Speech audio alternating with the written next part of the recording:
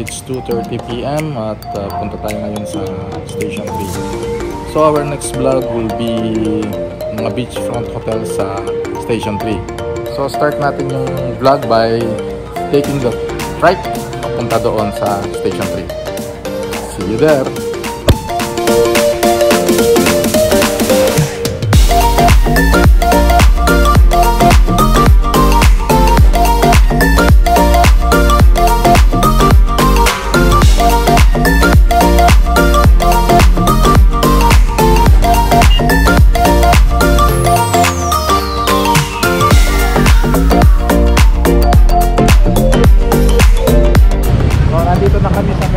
Station X. Dito kami bumaba. Dito tayo mag-start ng vlog para sa Station 3. Dito sa left side ng Station X building merong narrow street papunta ng Station 3 White Beach.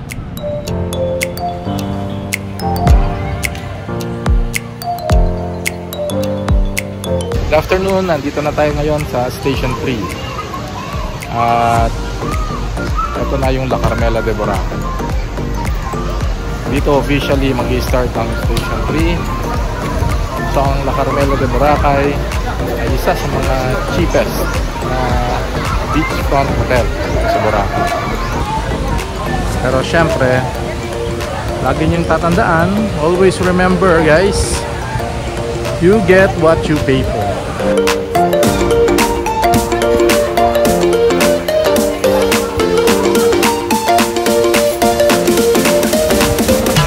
Next ay ang Calypso Beach and Dive Resort.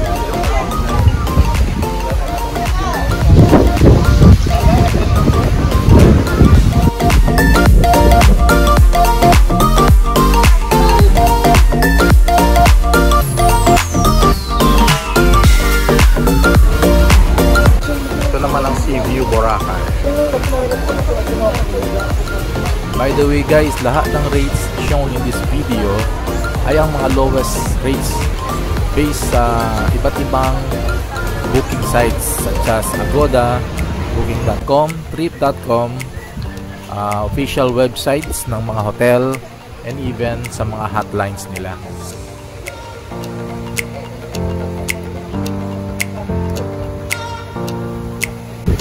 Ito naman ang Bamboo Beach Resort, Station 3.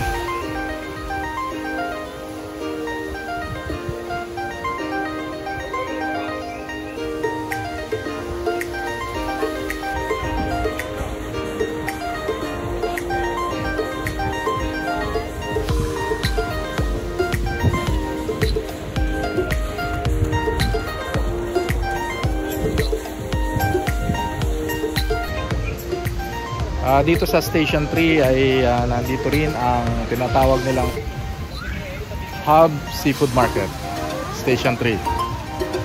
Try nyo! Dito sa Station 3, relatively calm naman dito compared sa Station 2. Pero not as calm, not as quiet as Station 1. If dito kayo nakastay sa Station 3 and looking for best spot to eat, drink, and enjoy, try nyo dito sa V-Hub Food Festival and Seafood Market.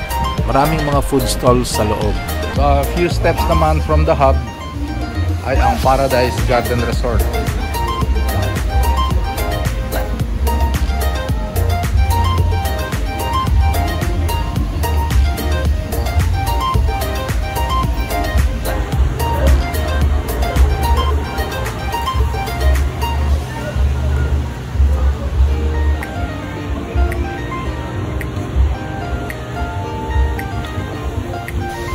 Next is the Casa Pilar Beach Resort.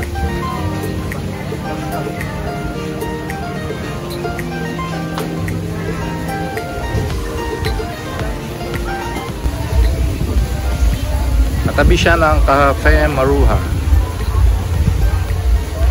Isa ring highly recommended snack bar dito sa Station 3. Medyo pricey dito sa Cafe Maruha pero sobrang instagrammable naman kasi ng mga foods nila dito. Check nyo yung mga videos namin, nandun yung details ng aming experience dito sa Cafe Maruha Station 3. Ito naman ang Casitas de Boracay.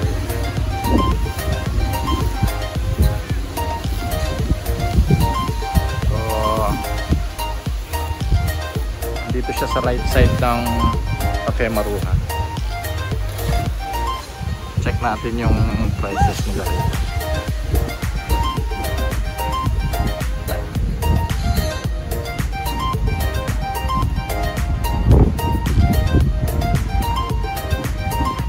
So yun yung mga rooms, parang villas. Yung mga kasitas. Okay. Thank you Then ito na yung Astoria Current. By the way guys, lahat ng rates shown in this video ay ang mga lowest rates based sa iba't ibang booking sites such as Agoda, Booking.com, Trip.com, official websites ng mga hotel, and even sa mga hotlines nila. Next is Golden Phoenix Hotel.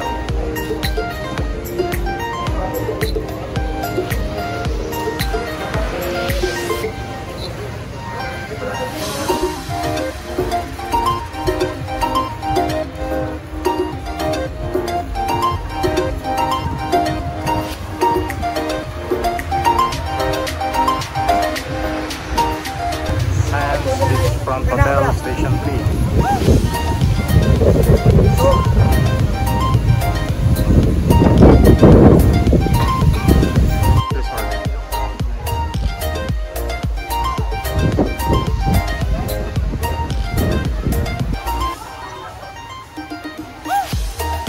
And surprisingly, meron din palang branch dito ang The Sunnyside Cafe, the one in Station 1.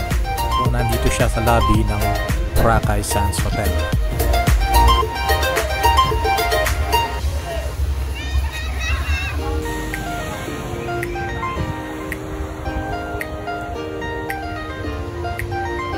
And next ay ang La Isla Bonita Beach Resort.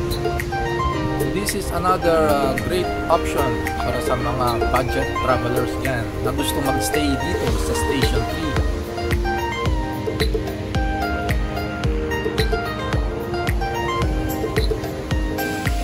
Ito naman ang Crown Regency Beach Resort.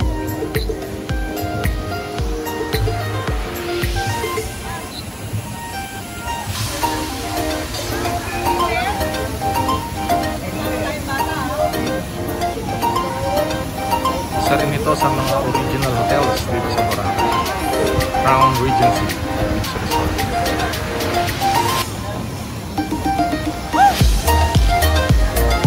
Here naman ay ang Mandarin Premier White Sand Hotel.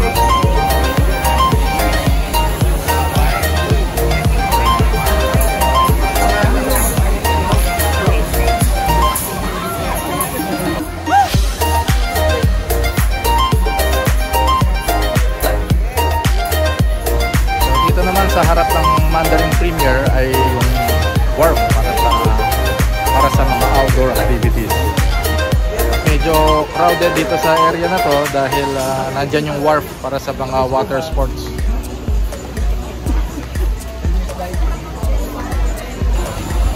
Sulu Plaza Lodge. Dito rin sa tapat ng wharf ay another budget hotel called Sulu Plaza Lodge. Hindi included ang breakfast sa room dito pero meron silang Thai restaurant sa harap. Masarap ang luto. Ito naman ay ang Boracay Morning Beach Resort.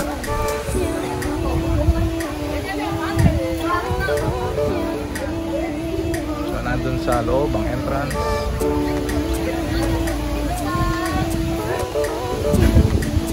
Ito yung pinaka main entrance. Bibigyan daw tayo yung contact number ng then after morning beach resort, nandito tayo sa Ocean Club Beach Resort.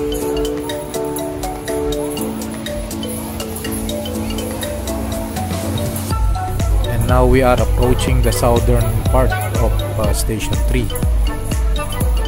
At makikita nyo sa beach, natin yung mga naka-lined up na mga boats. Mostly dito mo lang sa part na to ng White Beach makikita. And another observation ko dito sa White Beach, medyo minimal ngayon yung green algae na nakikita natin dito before.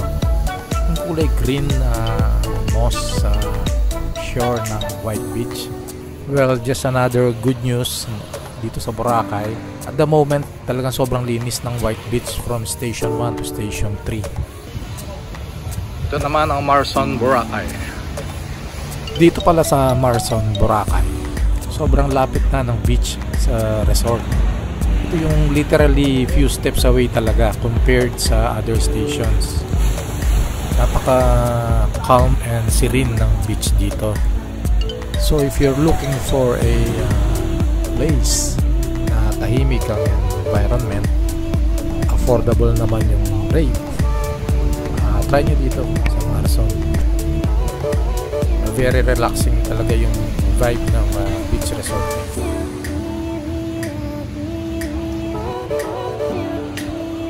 After Marson, dito naman tayo sa Grand Blue Beach Hotel. Dito pa rin sa Station 3. So guys, this is another affordable place to stay dito sa White Beach. So if you're looking talaga for beachfront hotel na swak sa budget, try nyong maghanap dito sa Station 3.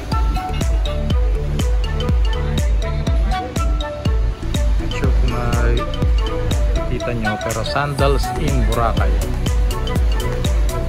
Ito namang Sandals Inn, para siyang beachfront villa. May mga rooms sa ground floor at sa mga upper floors. And then after Sandals Inn ay ang Villa Camila. Itong villa na to looks homey talaga, no? Para ka lang nasa bahay, then meron kang para kang nasa private resort mo na meron kang open space sa baba at kitchen. And this one is the Cocoloco Beach Resort dito sa far end ng Station 3. And at this moment, majority ng tourists dito mga foreigner. So dito sa area na to, mapapansin mo mostly foreign tourists ang naka-book sa area na to. Here ay ang signature Boracay South Beach. Ito yung dating Hey Jude Hotel way back a few years ago. So signature Boracay na siya ngayon. It looks newly renovated, cozy, relaxing. Need nyo lang mag-book as early as possible sa mga spots na ito kasi madali silang mapuno, lalo na pag summer. Next 3 hotels ay hindi ko na napuntahan, pero show ko na lang sa inyo ang picture nila at mga rates. You can also check them out. This is the 357 Beach Resort, another peaceful and quiet beach resort accommodation here at the end of Station 3. Next is another private villa here in Station 3. And for this one, you need to book the entire villa, just like the ones in Station 1. And finally, the biggest and the only 5-star hotel here in Station 3 is the Ohana Boracay.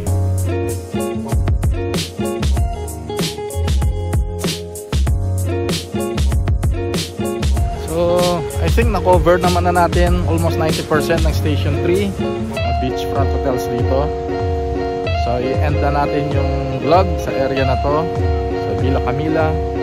And again, salamat sa viewers and pakisuportahan to ang channel na to. Please like, share, and subscribe to this channel and click the notification bell para ma-update kayo sa mga bagong videos. Thank you for watching. See you again on our next vlog. Welcome to Puka Beach, Boracay!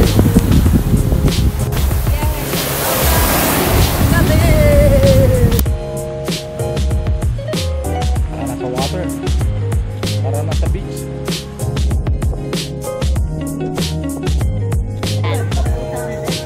How much po yan?